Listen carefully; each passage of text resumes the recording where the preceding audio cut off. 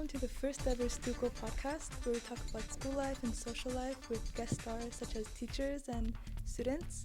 And each episode will have two StuCo hosts. And today they are me, Anuna. I'm the 10A Student Council representative and also the vice president. My name is Desmond and I'm the grade 11 representative. And today we will be with a podcast with the guest representative, Ms. Wissman. And could you please introduce yourself? Yeah, my name is Cynthia Wissman, and I'm the head of secondary at the International School of Ulaanbaatar. Thank you. So I guess we'll get started with the questions. And our first question is, how did you meet Mr. Davis? How did I meet Mr. Davis? Well, we met many, many moons ago in 1995, I think we met for the first time. He worked at a restaurant with some roommates of mine, and so I met through them, and then we started dating probably a year later. He was in art school and I was in graduate school, and yeah, we've been together ever since. We worked together at the restaurant, and then we dated for quite a while now. Okay, as a follow-up question, Yep. do you have like a really memorable date? Do I have a memorable date? Probably that first one. He asked me if I would like to go out to dinner, so I was really nervous. And we went to a place called Mona's in Seattle. And yeah, I would say that was pretty memorable because that was our first date, like first real date. So when did you guys get married and what was it like? We got married when I moved to England. So he came to join me and said, I think we should get married. And I said, well, that sounds like a good idea. And that was in 2002. So we dated for about 5 years, I think. And then we got married in London, and we eloped. So we didn't actually have a wedding that I know that you had just recently came back from the sibling. So we eloped and didn't tell anybody until the next day. Yeah. That sounds really fun. It was fun. So what was your favorite high school class and why? My favorite high school class was my English class. The teacher was very strict, but I loved the discussions that we had, and I learned so many, we didn't call them approaches to learning. I know this sounds cheesy, but it's true. But I really learned some really great organizational skills. Like, you really had to be organized in her class, and this is back in the day when you had notebooks and stuff, so I had this big binder full of folders and notebooks and paper and stuff. And it had to be meticulous, and you'd get graded on it, of all things, right? So it's like, had to make sure that things were labeled appropriately. She wanted your name in a certain spot, the date in a certain spot, but those details were so helpful. I had no idea, because when I went to college, they want your front page to look a certain way, and you have to have it was APA format then, and so, yeah, I just learned to pay attention to those type of details and things like that. And when I first went to university, I thought I wanted to be an English teacher because I was so inspired by the books that we were reading, the conversations we were having, and then I realized grading essays was not so much fun. So after you decided that English wasn't the option for you, what did you decide to pursue?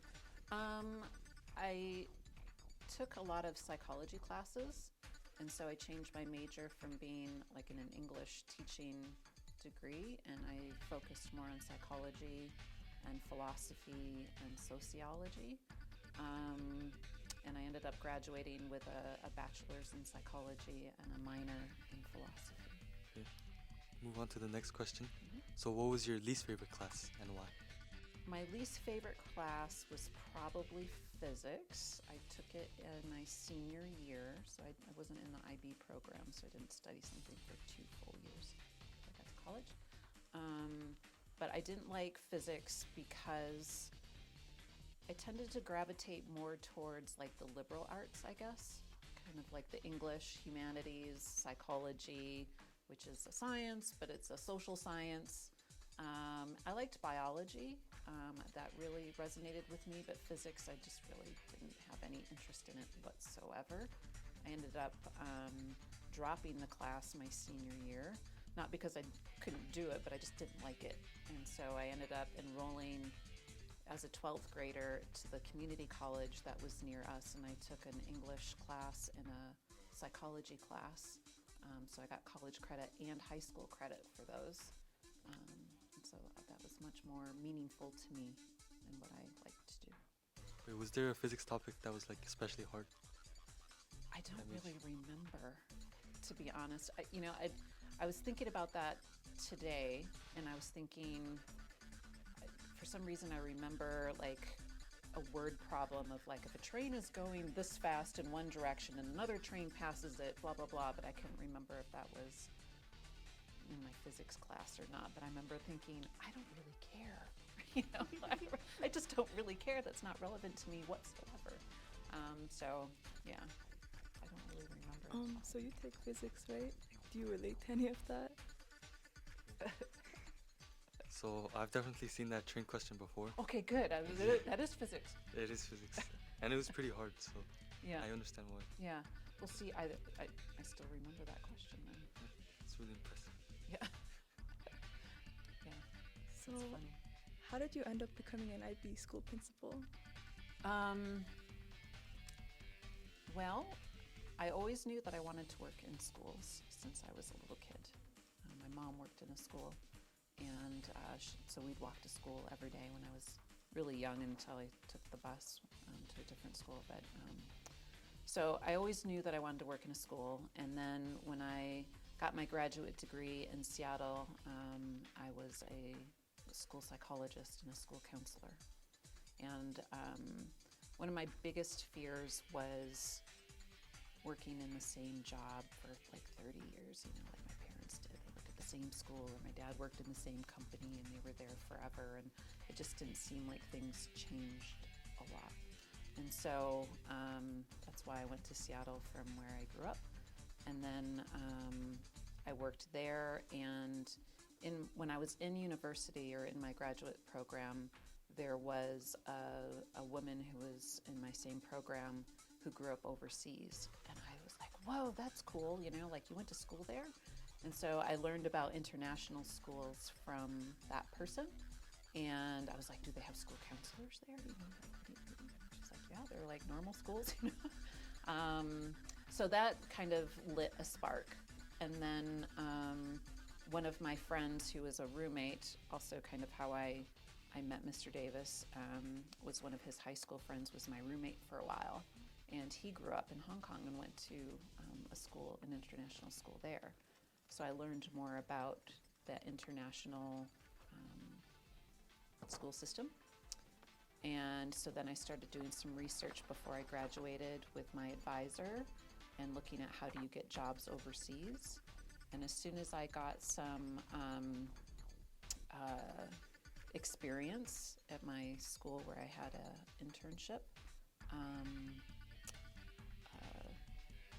I just started I went to a job fair and I got the job in England, and I happened to be in IB school. And then I really liked the IB and the philosophy and kind of the development of the whole child. It wasn't just focused on test scores, but like focusing on social emotional skills, the approaches to learning, all of those things I think is equally important as the content, because the content changes over time, but those other things don't. And so so I stayed in the IB program and changed from being a counselor to an administrator. That's really nice. Yeah. Also, you mentioned that you had a fear of staying in the same job for 30 years. Mm-hmm. So do you intend to change your career in the future? Well, I've changed my location, so that's good. So I haven't worked at the same school. I intend to stay in education, I would imagine, especially at my ripe old age. I couldn't do anything else. This is my 5th place, I think, that I've worked. But I've liked each one. So what are your main hobbies you enjoy? My main hobbies are I like to run and exercise, so I do that on a regular basis. And I like to cook. I find cooking very therapeutic. And so, yeah, I like both of those things. So Mr. Davis talks to his classes a lot about cooking. Do you Mhm. guys bond on that? Kind of, yeah. I mean, because we worked at the restaurant together. That was one of the funny things. He worked a number of positions at the restaurant. He was a cook for a while. He waited tables. He was a bartender and all those kinds of things. And when he was working in the kitchen, he'd always kind of woo me with these quesadillas, or I'd go on a break and he'd come back and he'd have like a lemon pie made, you know. And I was like, whoa, that's really cool. You can bake, you know. So yeah, I would say that was probably likely. And he does most of the cooking.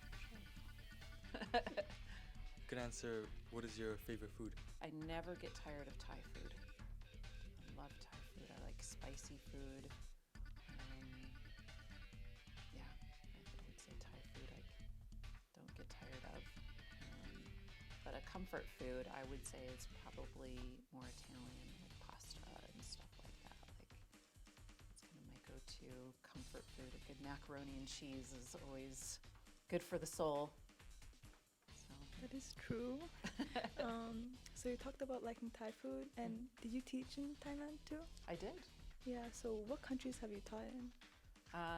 Well, I moved to England. That was my first international job.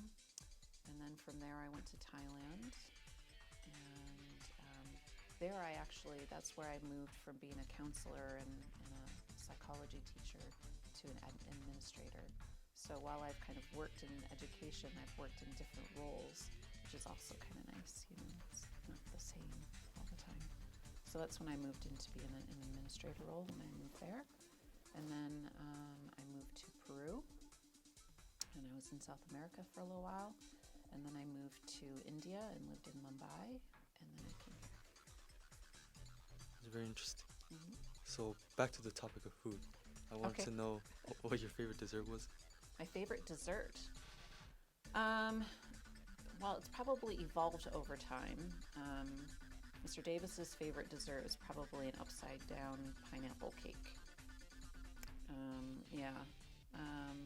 Mine right now is a tres leches. So it's the three milks. I learned of it in Peru, and it's so good. Yeah, I really like tres leches. It's so good. So It's good. fun to make too, actually. But yeah, So- I really like that. What's the worst movie you've ever seen? The worst movie I ever saw was, I'm not a fan of action films in general, but the worst one I've ever seen was called Shoot Fighter 2. It sounds as stupid as the title, and I saw it on a ferry boat in Thailand. We were going, I can't remember which island it was, and a sign should have been, you know, like they had this bookshelf and this old TV duct taped to the bookshelf, and it was on the speedboat, so we're bouncing around and they're playing this movie really loud, and it's all action and everybody's getting seasick, and it was just, the movie was horrible, so you couldn't, you know, like, it wasn't worth paying attention to, and that's all I remember is like watching this terrible movie and during a terrible experience on a ferry boat where everybody got seasick. So Shoot Fighter 2. It's terrible. Do you regularly watch movies at the cinemas, like new releases? I did more so, I haven't done it as much here. And part of it was probably COVID, and then you just get into these different routines and stuff. But I do like going to the theater for movies more than watching them at home. Do you remember the most recent one you've watched? At the theater? I think it was Queen, and that was here. Yeah. Is that the title of the movie? I don't even remember. Yeah, I But think it was Freddie Mercury. It was, yeah, it was good. So, this with the last question. Okay. And what was your teenage experience like, and how do you think it's different from ours? Well, I would say there is a lot of similarities in terms of, like high school experience, and working in high schools and secondary schools for a long time. The behaviors are largely the same. You kind of hang out with your same age peers and kind of, talk about similar things, and what people are doing. I think the difference is the speed and the rate of how fast things happen for teens today because of social media and the instant gratification, and you can't shut it off. So when I would leave school or leave the football field or whatever it is that, leave the mall with my friends, that's done, and then you can go home and leave all that behind, and it's kind of your safe place. Where kids are now carrying it literally around in their pockets, and sometimes home doesn't even become a safe place because they can't escape all of the things that's going on, whether it's good or not, like healthy or not. It's just you can't put it down. Where I could focus on other things, you could focus on family or your homework or your books and not being bombarded with your phone pinging and all these other types of things. So that's a difference. But the topics, the behaviors, the conflicts, all those things are the same and over the same reasons. That really hasn't changed over time. So like when you went home, did you like still contact your friends? Did you have ways to contact them? Or were you just like... Well, we had an old school telephone that was attached to the wall and in the dining room, where everybody could listen. I had to beg my parents to get a phone in my bedroom, which I think I finally got one when I was either 11th or 12th grade or something. But otherwise, you're tethered to the wall in a public spot, So, yeah, that was kind of awkward. I was wondering, do you use social media like TikTok, things like that? I don't use TikTok. I got my first kind of social media account, Facebook, from a graduating psychology class. They were my students and they wanted to stay in contact. And so they created an account for me and they're like, you got to change the password because everybody knows it. And I'm like, oh my God, like, thank you, I think, and that's about when Facebook came out. And I'm still friends with all of them that created the account, and now they're in their 30s and having families and stuff like that. So it's really kind of fun to keep up with them, and that's pretty cool. But that's the only reason why I have it. It's because they created that account. So I was also wondering, have you seen the Oscars a few days ago? I did not. Why not? I don't know why. I think I just missed it. Like, I saw the headlines like the next day that what people wore and who was winning what and all that, but I haven't paid as much attention to it this year than I have in previous years. For no particular reason. I think it's just because I forgot that it was happening. Okay, so thank you. Yeah. And thank you for being our first guest. Yeah, thank you for having me. It was fun.